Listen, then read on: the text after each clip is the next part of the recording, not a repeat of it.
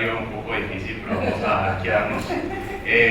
Primero que todo quisiera darle las gracias a ustedes por escucharme, darme parte de su tiempo para contarles un poco sobre este journey de 9 años de investigación en temas de ciberseguridad e inteligencia artificial, como yo le llamo. Y este es un resumen del segundo hito, si le puedo decir de esta manera.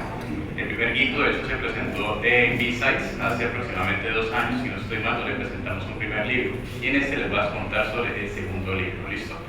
Entonces, bueno, un poco para las personas que pronto no conocen sobre el tema de inteligencia artificial, pero ya es muy, digamos que es muy difícil no entender por el hecho de que tenemos el tema de ChatGPT, el tema de que la inteligencia artificial va a acabar con los humanos, etc.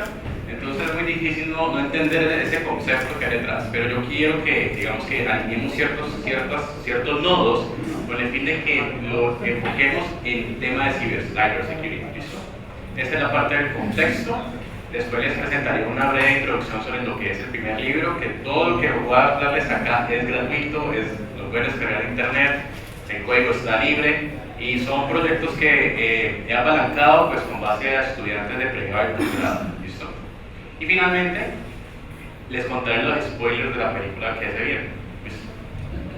Bueno, un poco la motivación, como ustedes bien conocen, pues está el detalle de los retos, el tema de cybersecurity, ¿no? Que es el cómo nosotros podemos, digamos que garantizar lo que es la seguridad informática detrás, digamos, de los aspectos digitales. Nosotros sabemos que, creería, que la mayoría de ustedes conocen, que la seguridad pues, no es 100% resoluble, por el simple hecho de que surgen nuevas variantes y el simple hecho de que también hay ciertas cosas que, digamos, son ajenas a nosotros, que a veces no son controlables.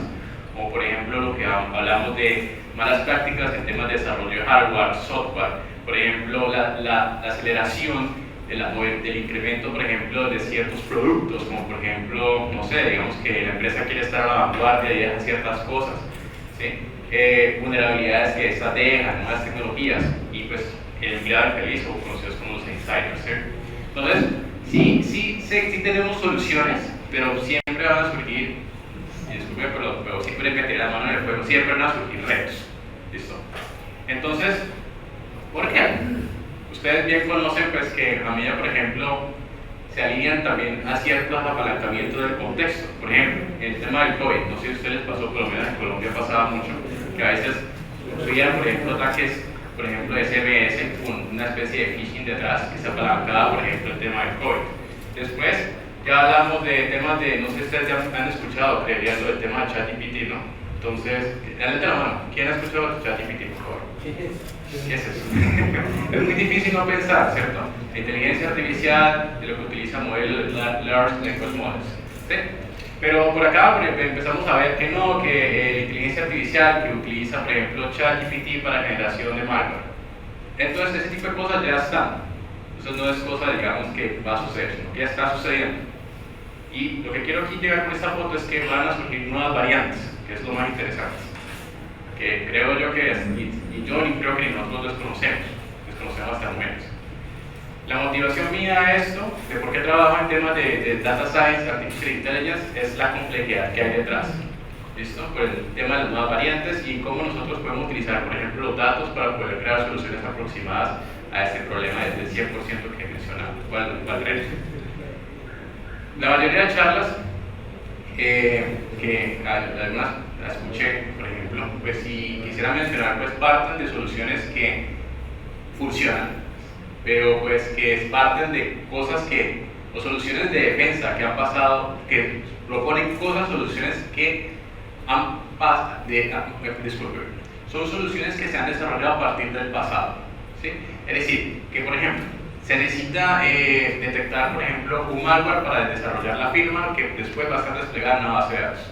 Son soluciones que, desde la parte analítica, vemos que son soluciones que parten de datos del pasado para poder, digamos que, palabra más, palabra menos, enfoques de reactivos, ¿sí? Son soluciones que se basan en firmas, las que he mencionado, y la otra enfoque son soluciones que se basan en anomalías, que muchos digamos que las soluciones existen. La diferencia en una y otra es que, por ejemplo, se le toma, por ejemplo, un perfil a la organización y constantemente se le está haciendo un monitoreo para detectar, por ejemplo, si hay una anomalía típica a partir de un enfoque de anomalías. Usualmente funciona muy bien y son los que usualmente se utilizan muy por ahí. Sin embargo, pues esos procesos requieren un esfuerzo humano. Por ejemplo, investigadores de ciberseguridad reciben, no sé, imagínense, ustedes en su SOC reciben una cantidad de cientos de, por ejemplo, de alertas, y después requieren ser filtradas, y después ser analizadas y estudiadas. Eso requiere un esfuerzo humano, tiempo, y a veces, por ejemplo, si eso necesita una priorización de riesgo que ustedes no lo han estudiado, pues va a ser impactante. Ese tipo de esfuerzos humanos pues pueden ser solucionados a través del uso de lo que es Machine Learning. Esto no es algo que lo estoy diciendo yo y lo estoy diciendo ahorita, esto es algo que se propuso ya aproximadamente más atrás de 2014. De hecho, hubo un paper que en su momento pues, lo estudié cuando inicié en esto en 2014. Como dice uno de los gurús en inteligencia artificial, específicamente Machine Learning, Andrew Ng, es muy difícil pensar en una inteligencia artificial que no vaya a impactar en un negocio, en una industria. Y en la ciberseguridad sucede. Entonces, como mencionaba, pues ya ustedes lo dijeron, la mayoría de ustedes conocen lo que es ChatGPT, detrás de la empresa OpenAI. Vemos, por ejemplo, lo que son los automóviles inteligentes, los sistemas de reconocimiento de voz, entre otros más. Palabra más, palabra menos, en resumir lo que he dicho hasta ahora, la inteligencia artificial está ahora. Pero vamos a la otra perspectiva. Siempre me gusta cómo quedan los datos. Entonces, por ejemplo, que se utilizan los datos para, por ejemplo, hacer influenciar en las personas, para, por ejemplo, que las personas voten por cierta afinidad política, caso de Cambridge Analytica. Que por ejemplo, se utilizan para hacer el desarrollo de armas cibernéticas con el uso de inteligencia artificial. No lo digo yo, vean, hay una serie en Netflix, no recuerdo ahorita el nombre, pero pues menciona. Y hay muchas más. La ciencia ficción también lo dice. Entonces, es muy difícil, pues digamos que hoy por hoy podamos mantener como una inteligencia artificial que no va, digamos que, yo diría que a reemplazar al humano no, sino que va a apoyar ciertos procesos humanos. Sí, hay unos trabajos que sí tal vez se vayan a eliminar o van, digamos, tal vez a transformarse. En principio, eso digamos que es lo que creo yo que es lo que va a suceder. Este fue el paper que les estoy mencionando, fue 2006, donde mencionaba pues, el uso de Machine Learning para apoyar estos esfuerzos humanos para la identificación de amenazas cibernéticas. Palabra más, palabra menos, pues reducir, digamos, con una especie de filtro la cantidad de alertas que, digamos, un analista o un investigador de ciberseguridad pueda recibir.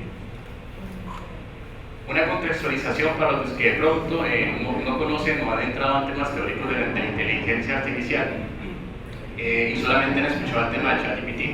La inteligencia artificial simplemente es una ciencia, una área de la ciencia de la computación que busca, por ejemplo, transformar ciertos fenómenos que nosotros interpretamos humanamente a la ciencia de la computación. Como por ejemplo, cómo evolucionan los seres vivos, como por ejemplo, cómo interpretamos el lenguaje, cómo por ejemplo interpretamos la visión, cómo por ejemplo los agentes vivos aprenden, ¿sí? De esto se desprenden subderivados de inteligencia artificial y entre todos estos pues está el más reconocido que hoy por hoy marca la parada, que es el tema de Machine Learning o aprendizaje máquina. ¿Por qué? Porque funciona muy bien, porque necesita datos y hoy pues vivimos en un mundo hiperconectado con Internet. Entonces ahí es donde surgen los términos de Big Data, ¿sí? El Internet de las cosas, todo esto que estamos, ahorita mismo está generando datos. Entonces eso apalanca el uso del tema de Machine Learning hoy por hoy. No quiero decir que la programación tradicional no funciona, funciona bastante bien, solamente que se marca como una especie de paradigma, digamos que adicional, que lo que busca es aprovechar el uso de información, el uso de otro tipo de algoritmos que ya de hecho están científicamente comprobados, como por ejemplo, hay varios, entre algunos como por ejemplo, me voy a parar aquí en este componente que hay acá, existen algoritmos que solucionan problemas, por ejemplo, de temas de detección de rostros, computer vision, y entre los más reconocidos son, por ejemplo, redes neuronales profundas, deep learning, entre otros más, por ejemplo, árboles de decisión, support vector machines, regresiones lineales, regresiones logísticas, un montón. Un catálogo con bastantes. Lo que hay que entender aquí es el problema que hay detrás y cómo abordarlo, como el concepto de ingeniería. Entonces, ¿cuál es la diferencia entre la programación tradicional y el uso de Machine Learning? Es simplemente que nosotros tenemos un conjunto de datos, tenemos un algoritmo bien explorados y lo que se hace es desarrollar un modelo que abstrae el patrón detrás de la información que le estamos proporcionando. Como por ejemplo, quiero predecir cuántos posiblemente van a ser las ventas futuras de mi compañía, qué posiblemente un correo es spam o no es spam, que posiblemente es un ataque informático, ¿sí? Entonces ese tipo de cosas. a través del uso de información. De temas de ciberseguridad, como les decía, hoy por hoy hay un montón de soluciones. Entonces, podemos encontrar temas de detección de fraude, temas de anomalías, por ejemplo, temas de análisis biométricos, el uso, por ejemplo, ustedes utilizan el email para temas de detección de spam, que por debajo utiliza algo que llama procesamiento natural de lenguajes. ¿Sí? Entonces, en la parte inferior izquierda, de hecho, ustedes encontrarán, esto es un grafiquito que me gusta usar mucho, que es, por ejemplo, cómo van a ser el crecimiento del uso de inteligencia artificial y ciberseguridad en los próximos años. ¿Sí? Que a veces considero que muchas empresas, de hecho, hacen un poco de mercadeo y venden mucho humo, si les puedo decir así. Entonces, diciendo desde el punto de vista que se utiliza la inteligencia artificial, pero a su vez creo que no. Entonces, suele pasar, he visto algunos casos. Algunos ejemplos que podemos encontrar, ya mencioné el spam, en temas de autenticación, por ejemplo, en temas biométricos. Detección de amenazas, que son algunos ejemplos que les voy a mostrar.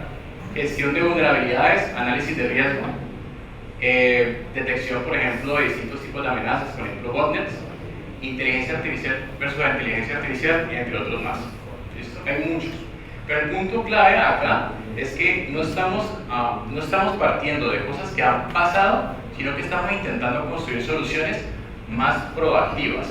Es decir, que intenten ver un poco más a partir de cosas que han sucedido, creando soluciones para cosas que posiblemente vayan a suceder. Ver un poco más allá, un poco más proactivo, se puede decir de esa manera. ¿Dónde entra el tema de ciencia de datos? El punto es que nosotros vamos a tener mucha información. Esta información que estamos teniendo, por ejemplo, acá es en streaming, ¿sí? Pueden ser datos en red, pueden ser datos en logs, pueden ser datos, por ejemplo, imágenes, videos. O sea, imagínense un montón de datos que pueden estar en distintos tipos de formatos. Entonces, ¿dónde entran las técnicas para poder abstraer el patrón que me permite finalmente resolver la problemática de negocio? Ahí es donde entra el tema de ciencia de datos, que básicamente lo que hace un científico de datos es entender la data, entender el problema de negocio y poder finalmente conectar el algoritmo que permita resolver la problemática. O también generar valor a través de datos. Es como, por ejemplo, usualmente, por ejemplo, los clientes que yo tengo en la empresa en la cual trabajo, pues me piden, por ejemplo, quiero que, por ejemplo, me identifiquen ciertos patrones en los usuarios y me identifiquen posiblemente agrupaciones entre estos. Por ejemplo, un cliente que vaya a ser propenso a que me compre o no me compre, cosas así. Y la idea es como, digamos, que proveerle cosas al cliente de cosas que posiblemente no ha identificado previamente. La ciencia de datos busca eso, generarle valor a los datos que una persona tiene o un cliente tiene para, digamos, crear soluciones. Si lo alineamos en ciberseguridad, se me preguntarán pues, dónde viene el tema de ciencia de datos, dónde se alinea el tema de la información, el machine learning, etc. La charla anterior habló mucho todo el tema de lo que es ingeniería inversa de análisis estático. Entonces, esa parte me permite a mí aplicar las herramientas para obtener la información a nivel del, por ejemplo, del software sin estarlo ejecutando. ¿Sí? Como por ejemplo mirando las llamadas en el código fuente, si por ejemplo hay algún elemento que está haciendo algún llamado, por ejemplo, a una URL que ha sido reportada, entre otras más la cantidad de llamados, etc. Eso es data. La otra perspectiva es el análisis dinámico. La diferencia del anterior es que yo puedo ver la perspectiva del software, pero ahora en ejecución. Es decir, que quiero ver el comportamiento del software. Por ejemplo, cuántas llamadas se están realizando, a cuántos dispositivos se están conectando, si el dispositivo está conectando en una hora que posiblemente no ha sido conectada. Es muy parecido al tema de desarrollo de firmas, que se realiza usualmente en las organizaciones, pero pues siempre aquí el punto clave es que estas son un conjunto de técnicas que me van a permitir a mí obtener la información para luego entrenar los algoritmos de inteligencia artificial.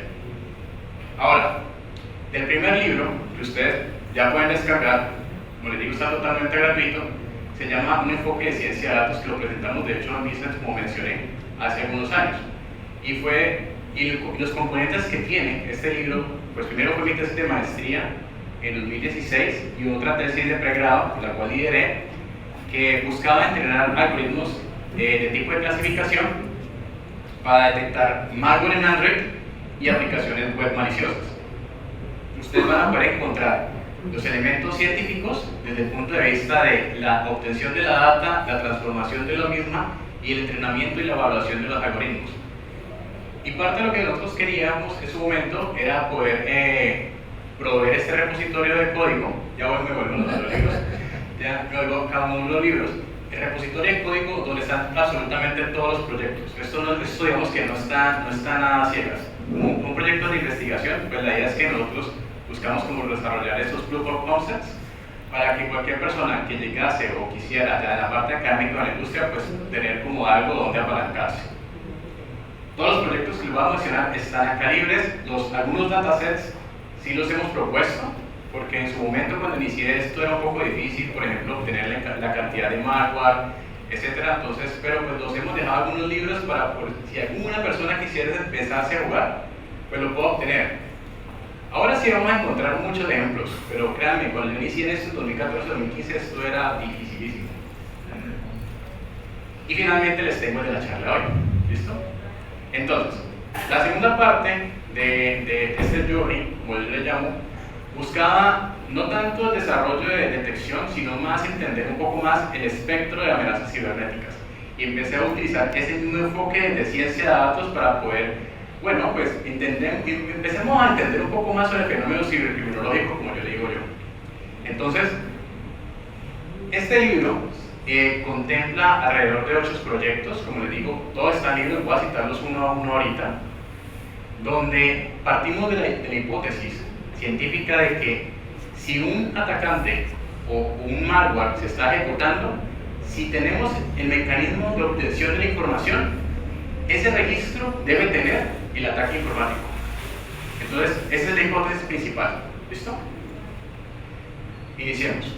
Entonces, el libro que ustedes van a poder descargar se encuentra dividida en 2 capas: la capa defensiva y la capa ofensiva. Palabra más, palabra menos, ustedes van a encontrar inteligencia artificial para temas defensivos y inteligencia artificial para temas ofensivos. ¿Listo? Ahora, para poder explicar en qué consisten cada una de estas cosas, es importante que ustedes entiendan que para poder construir un modelo de Machine Learning existen una serie de técnicas formales. Dentro de las técnicas que ustedes van a encontrar usualmente se encuentran divididas en 4 enfoques. La primera, aprendizaje no supervisado.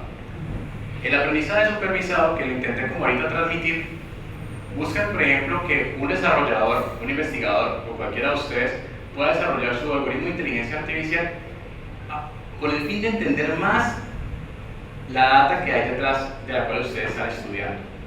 Veámoslo con un ejemplo. El primer capítulo, partido de este proyecto de investigación que hice por una empresa en Colombia, donde básicamente me dejaron el siguiente reto. Quisiéramos, como por ejemplo, replicar lo que hace Apache Spot. ¿Sí? ¿Qué es Apache Spot? Es como una especie de solución de Big Data en Cybersecurity, que lo que utiliza, para el tiempo que yo lo estudié en su momento, utiliza datos de 3 tipos de datos de telemetría. Primero, datos de NetFlows, datos de NS Queries y datos de proxy. Son datos de red. Entonces, son datos que de hecho ahorita mismo me están transmitiendo. Voy a jugar datos de red. Entonces, el reto era poder crear esa solución para poder detectar si había una anomalía o un ataque detrás. ¿Qué hicimos? Construimos un mecanismo a través de procesamiento natural de lenguajes, donde obtuvimos un conjunto de datos de proxies, iniciamos con el datos de proxies y principalmente datos de NetFlows. Y lo que analizamos fue lo siguiente: supongan que cada uno de estos dispositivos, tenemos aquí dispositivos externos y dispositivos internos. Lo que nosotros queríamos crear es como una especie de el lenguaje en los cuales los proxies hablaban. Es usualmente lo que hacen, de hecho, en los modelos de tipo LLM de ChatGPT. Uno lo que hace es como crear una especie de diccionario, y lo que se mide es la cantidad de la frecuencia de las palabras. Una a partir de una fórmula matemática, uno calcula, por ejemplo, si alguna palabra es, digamos que, atípica al diccionario que uno ha creado previamente. Y eso lo que hace uno es calcular un score. Lo que finalmente nosotros hicimos en ese proyecto pues, fue la creación del diccionario de palabras y el mecanismo para poder detectar si una comunicación de un proxy era típica o no, de acuerdo a los datos que analizamos en ese momento. Este mismo enfoque lo hicimos para una empresa de oil and gas en Colombia, donde lo aplicamos en el concepto de un Security Operations Center que su CIEM en principio está en Splunk, y lo que queríamos era poder entender los datos de los logs que se obtenían de Splunk aplicando el mismo concepto de anomalías. Este mismo proyecto lo hicimos, fue bastante interesante, pero en su momento caí con un reto, se lo puedo decir acá. ¿Cuál fue el reto acá? Y es que la empresa, en su momento, nos dijeron, nosotros éramos una empresa de una startup, nos dijeron, vean, lo que pasa es que ustedes tienen un reto, y es que ustedes tienen un competidor, y se llama Microsoft. Microsoft, ustedes conocen, una empresa grande, gigantesca, y por detrás tiene un conjunto de un equipo de ciberseguridad gigantesco. Nosotros éramos como 4 o 5 personas. Entonces era muy difícil, digamos que, proveer mecanismos de detección que fueran competitivos a las soluciones que ellos tienen. Y creo que ahorita va a ser mucho difícil más. ¿Qué me abrió o qué aprendí de acá? Es que la inteligencia artificial debe ser vista para ciberseguridad desde otra perspectiva. Es decir, que no solamente en temas de detección, que puede ser apoyada a través de otros trabajos humanos, que se los voy a mostrar ahorita. Aprendizaje supervisado. La diferencia del aprendizaje no supervisado es que de antemano yo, del set de datos que tengo, sé que quiero que el algoritmo me dé. Por ejemplo, yo sé de mi conjunto de información que es un malware y que no es un malware. Quiero que el algoritmo me prediga, cuando un software nuevo entre, si es un malware o no, con una probabilidad. Es decir, yo sé la variable objetivo. ¿Listo? Esa es la diferencia de uno y otro. ¿Qué proyecto hicimos? 2017.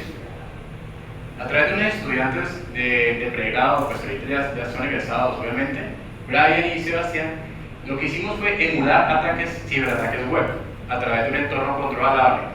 Intentamos, por ejemplo, lo que son algunos ataques como por ejemplo SQL Injection, Cross-Site Scripting, entre otros más, a través de un entorno controlado. ¿Y qué fue lo más interesante acá? Es que me interesó mucho más lo que es el análisis de tráfico de red.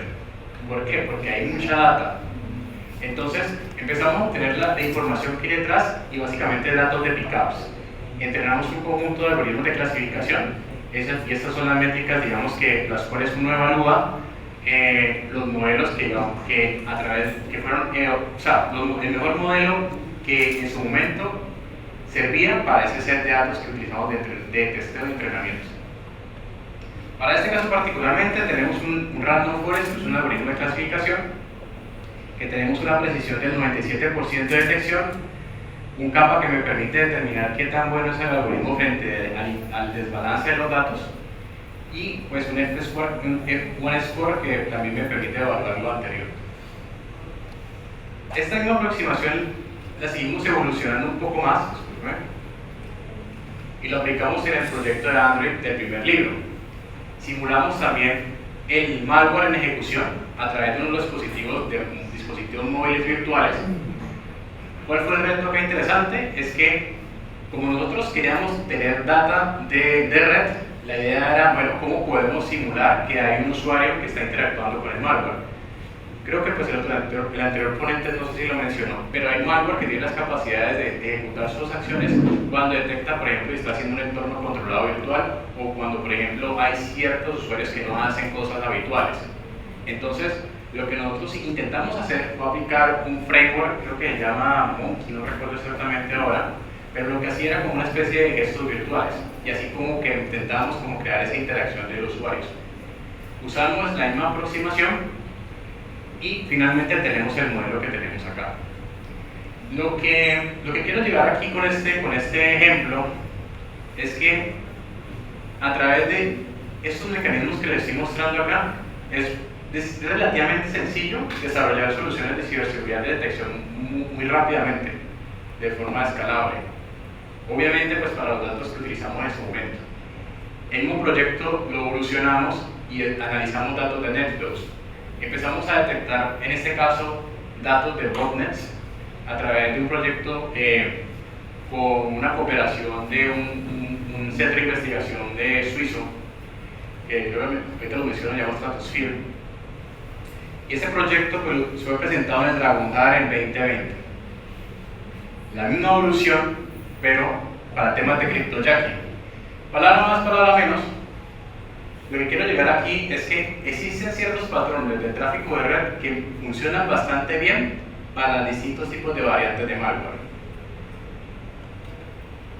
Las transformaciones que hicimos para ambos proyectos fueron las siguientes. Utilizamos pickups, los transformamos en netflows. Estos digamos que algunos de los resultados que obtuvimos. Y la diferencia entre el proyecto de botnets contra el de cryptojacking, pues ustedes bien conocen que el cryptojacking busca, por ejemplo, aprovecharse de hardware de los dispositivos. Entonces fue un dataset adicional que utilizamos, una especie de join. Esa fue la diferencia entre uno y el otro. Pero vean acá lo interesante, es que ustedes bien conocen que ustedes entienden el fenómeno. Como nosotros como agentes que conocemos el tema de ciberseguridad, nosotros sabemos en cryptojacking usualmente consume elementos de hardware. Entonces, ¿qué pasa? Deberíamos obtener datos del hardware, ¿sí? Para poder que ese fenómeno sea replicado y una inteligencia artificial lo entienda, lo podamos, digamos, que construir y entrenar. La otra contraportada buscaba entender el tema ofensivo. Eso fue en 2018 aproximadamente cuando iniciamos en esta parte. Simplemente creo que fue cuando estuve leyendo el libro de Censo en su momento. Entonces, donde me hice la pregunta, bueno, ya me cansé un poquito del tema defensivo, veamos el tema ofensivo. ¿Qué pasa a nivel de ciencia de datos y el tema de ciberseguridad? Empecé a mirar, por ejemplo, los frameworks y las metodologías formales que existen. Por ejemplo, están estas dos, que usualmente las que uno le enseñan en los cursos de ciencia de datos. Ustedes van a encontrar estas. Y lo que me encontré, pues que sí hablan de temas de seguridad, como por ejemplo el tema de privacidad, el tema de anonimización de los datos, pero al final de cuentas, el modelo, ¿qué es? O sea, todo esto finalmente, ¿qué es? Software. El software puede tener vulnerabilidades, y eso realmente no lo mencionan mucho en detalle. Es decir, que hay un trabajo todavía de realizar. Empecé a entrar en otro tipo de fenómenos, el tema de deepfakes. Todos conocen que es un deepfake, tengo una mano para que vean si nos estamos tan orgullosos. Deepfakes. Listo. ¿Quién me quiere colaborar en la definición de un deepfake? Creo que una charla, dale. ¿Qué es un deepfake? Es la falsificación de información de rostro, cara, que se puede, mediante técnicas de machine learning, utilizando el deep learning y las redes neuronales, crean pues rostros que son, o videos que son, pues, se ven que son reales, pero son pues manipulados. Exactamente. Yo lo definiré de mi manera. Entonces, para mí personalmente, el deepfake es la forma en la cual uno utiliza inteligencia artificial para generar contenido multimedia no legítimo, para mí. Entonces, cuando empecé a indagar en esto, que pues empezaron a hablar, eso fue ya hace 2 o 3 años. Empezamos a hablar, por ejemplo, vieron noticias, por ejemplo, el tema de Obama, cuando fue reemplazado a través de la voz de este actor, etc. Eso hubo un boom en su momento. Yo dije, no, esto va a ser, y es lo que va a ser el tema. ¿Y por qué? Porque si usted lo conecta al tema del ChatGPT, todo eso son modelos generativos. Y lo que hacen los deepfakes son modelos generativos. Todo esto acá es lo que usualmente hoy por hoy se proponen modelos de tipo LLM, y eso va a crecer. Ya salió llama 2, aquí está la llama 1, pero esto sigue creciendo. Temas de modelos de imágenes, etc. El cuarto capítulo que ustedes van a encontrar en el libro se enfoca en el tema de generación y detección de deepfakes. En principio, pues intentamos entender ese tipo de cosas a través del análisis de videos, en principio. El proyecto, pues, lo realizamos en conjunto con Byron, con Santiago, y lo que hicimos fue generar un conjunto de lo que se llama redes neuronales antagónicas o GANs, para poder detectar cuando, por ejemplo, un video había sido alterado o no a través de otra inteligencia artificial y utilizando una técnica forense que se llama Error Level Analysis o ELA. Eso fue lo que nosotros hicimos en su momento. Pero ¿qué fui continuando con esto? Soy creyente que el deepfake va a tener una evolución y es porque nosotros podemos percibir ciertas cosas a nivel de los sentidos, no solamente a nivel de la visión, sino por ejemplo a nivel del audio, entre otros más. Y creo que ahí es donde está el punto de partida de los retos que van a surgir, por ejemplo el tema de la conexión del metaverso, entre otros más. Entonces, otro proyecto que presentamos en el EcoParty en su momento, creo que fue en 2022, creo que sí, no, 2021. Nosotros utilizamos los mismos conceptos de redes neuronales, que son, digamos, que lo último en Guadalajara que existe en temas de Machine Learning, a través de unas capas que funcionan perfectamente para ese tipo de proyectos, precisamente detectando temas de audio y un tipo de estructura que se llama Convolution and Long Short-Term Memories, que funciona bastante bien para detectar anomalías en datos espaciotemporales. Un proyecto que lo propusimos, se propuso pues para el EcoParty en su momento, pues bueno, y está pues también abierto.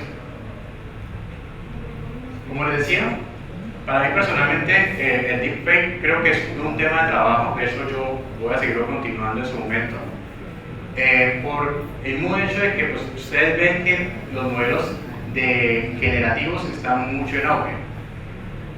Van a surgir, creo yo, que este tipo de cosas se van a apalancar mucho en temas de ingeniería social, por ejemplo, para desarrollar temas de ataques que propaguen el tema de chantaje, el tema de difamación, en cómo, por ejemplo, yo puedo persuadir a alguien, por ejemplo, generando contenido gore. Ustedes imagínense que ustedes reciben una llamada de alguien que se está haciendo reemplazar, no sé, por un familiar de ustedes, o por ejemplo, que ustedes recibieron la imagen de un familiar de ustedes que está haciendo, por ejemplo, no sé, imagínense algo muy tenaz. Sí. Entonces, eso lo va a hacer una inteligencia artificial y va a evolucionar. Entonces, para mí, esto es un tema de trabajo y creo que para llevar las cosas. Los últimos capítulos abordan el tema de lo que es Adversarial Machine Learning, que es cómo yo puedo sesgar los resultados de un modelo de inteligencia artificial. Son dos capítulos que básicamente, imagínense lo que se realiza en pentesting, ethical hacking. Es muy parecido a lo que se hace acá. Nosotros tenemos enfoques de caja blanca, caja gris y caja negra. ¿Cuál es la diferencia en temas de Machine Learning? Es que yo como atacante, yo tengo conocimiento de posiblemente tres cosas. Uno, los datos en los cuales el algoritmo ha sido entrenado. Dos, las variables que el algoritmo ha sido entrenado. Tres, el algoritmo en sí. Si tengo la capacidad de detectar esos tres elementos, se llama un concepto de caja blanca. Si no tengo alguno de esos dos elementos, caja gris y finalmente caja negra. Muy parecido a lo que se realiza en penetration testing. Este nuevo enfoque lo utilizamos y en los últimos dos capítulos del libro van a poderse encontrar el enfoque caja blanca y caja gris. ¿Listo? Hablemos un poquito de qué utilizamos para caja blanca. El último conceptico que me queda faltando es el aprendizaje por refuerzo. ¿Cuál es la diferencia de este y los anteriores? Yo busco es entrenar un algoritmo de inteligencia artificial a través de un entorno y ver cómo el algoritmo aprende a través de las interacciones que éste toma sobre el entorno. ¿Cómo así, Cristian? Veamos esta imagen. Por ejemplo, este robot, la idea es que el objetivo, él pueda, por ejemplo, pasar este puente, ¿sí? Y él va a tener una serie de obstáculos. Las acciones que toma el robot es ir hacia adelante, ¿sí? Entonces, este otro tiene acciones mucho más diversas. Por ejemplo, saltar, ¿sí? Y pues, obviamente pues, una cantidad de saltos que puede, digamos que de cierta marcarse. El punto es que el robot pueda aprender, y no necesariamente a través de datos que yo le he pasado, sino que a través de las acciones que estemos, digamos que facilitándole. Ahora, por favor, imagínense esto mismo, esto que están viendo aquí, este robot, imagínense este escenario como si fuera yo un atacante. y el robot fuera la defensa. Imagínense que yo estuviera atacando ese robot de defensa a través de un entorno interactivo. ¿Sí? Llevémonos eso. Eso lo hicimos. Entonces, a través del aprendizaje por refuerzo, utilizamos un modelo de defensa que ya, eso de toda cháchara que les he hablado al principio de los primeros capítulos, utilizamos uno de los modelos de defensa ya entrenado, construimos un modelo de reinforcement learning, de aprendizaje por refuerzo, y empezamos a crear un mecanismo que pues, utiliza obviamente matemáticas, que es utilizar un principio bayesiano, un tema de un algoritmo de tipo de min-max, etcétera, etcétera. Lo que se hace es poner a este individuo a atacar, bueno, para más menos, este individuo se va a ir transformando para poder interactuar con este. Al principio, este individuo, el malo, lo van a detectar, pero a medida que avance, él va a ir aprendiendo y va a encontrar la forma en la cual sesgar a este otro señor. Esos datos son el punto de quiebre que a mí me van a servir para reforzar a la NSA o al FBI. Entonces, para mí personalmente, este es el enfoque proactivo de escenarios, donde personalmente yo puedo crear cosas que no han sucedido en el pasado y posiblemente cosas, por ejemplo, detectar, por ejemplo, imagínense si yo hubiera podido tener un mecanismo de poder crear enfermedades. Entonces yo detecté, por ejemplo, una enfermedad y pude crear la cura antes de que esa su enfermedad surgiera, obviamente con todos los protocolos. Pero es más o menos lo que estoy intentando transmitirles. Entonces, este proyecto lo hicimos con Reinforcement Learning y con una evolución de este, pues que estaba muy parecido a este de acá, que utiliza redes neuronales profundas, que se llama Deep Reinforcement Learning, que es como la evolución de eso.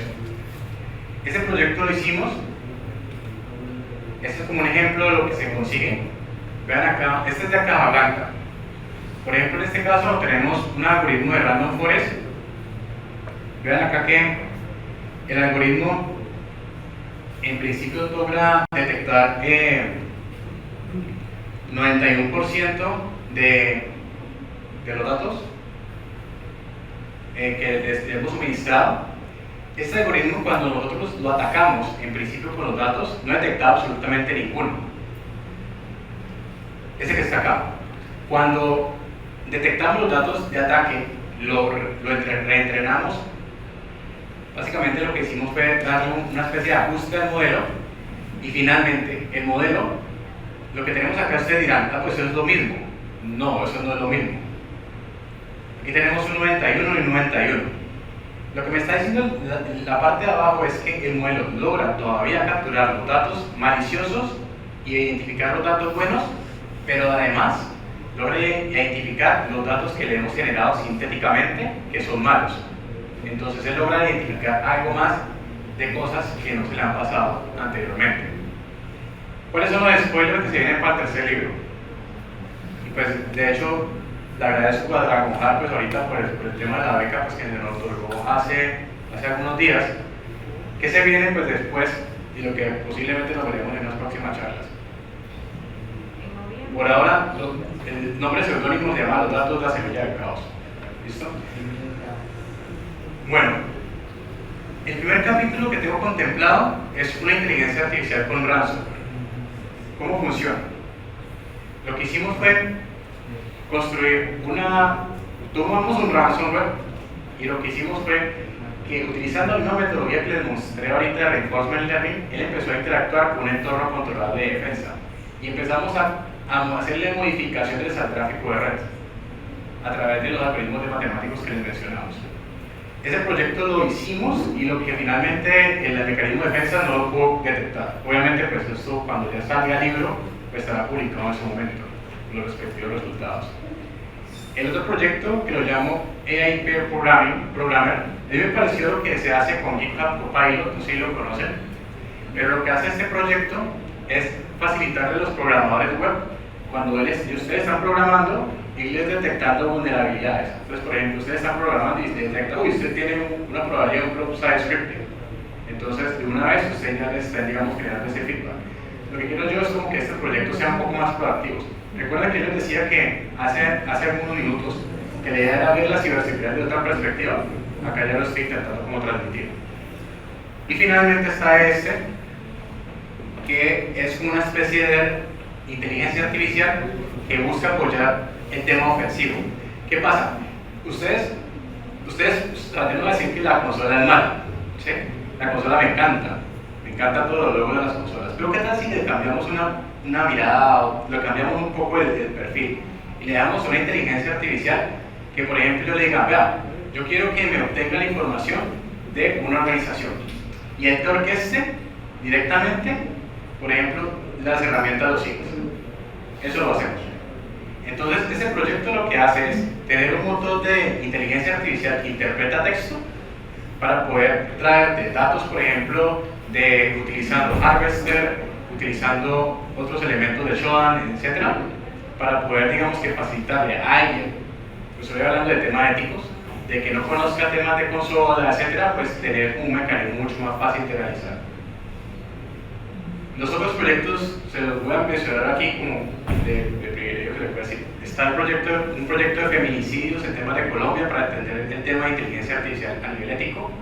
El otro es un proyecto que hicimos para un proyecto que se llama Para tu Compra, para una empresa que se llama Tu Compra, para temas de detección de fraude. Y el último proyecto, que es el que todavía digamos que estoy construyendo, es el tema de todo el tema de lo que se llama ingeniería de prompts, que utiliza mucho el tema de lo que se utiliza en ChatGPT, etcétera, para poder hacer temas de hacking. Entonces, es como un breve resumen, sé que fue un poco difícil el tema del resumen de todos estos capítulos, pero mi invitación detrás, que yo quería como en esta charla, era presentarles varias ideas acumuladas de las experiencias que hemos adquirido en su momento. Los resultados están expuestos, los juegos también. Si a alguno de ustedes le interesa, pues obviamente pues me puede contactar en mi LinkedIn, etcétera, email, no hay ningún lío. Y si queremos crear colaboración, también está. Le agradezco enormemente a la comunidad Dojo, a ustedes, por facilitarme este espacio y muy contento obviamente de retornar a esos espacios presenciales dando tipo de charlas. Muchas gracias.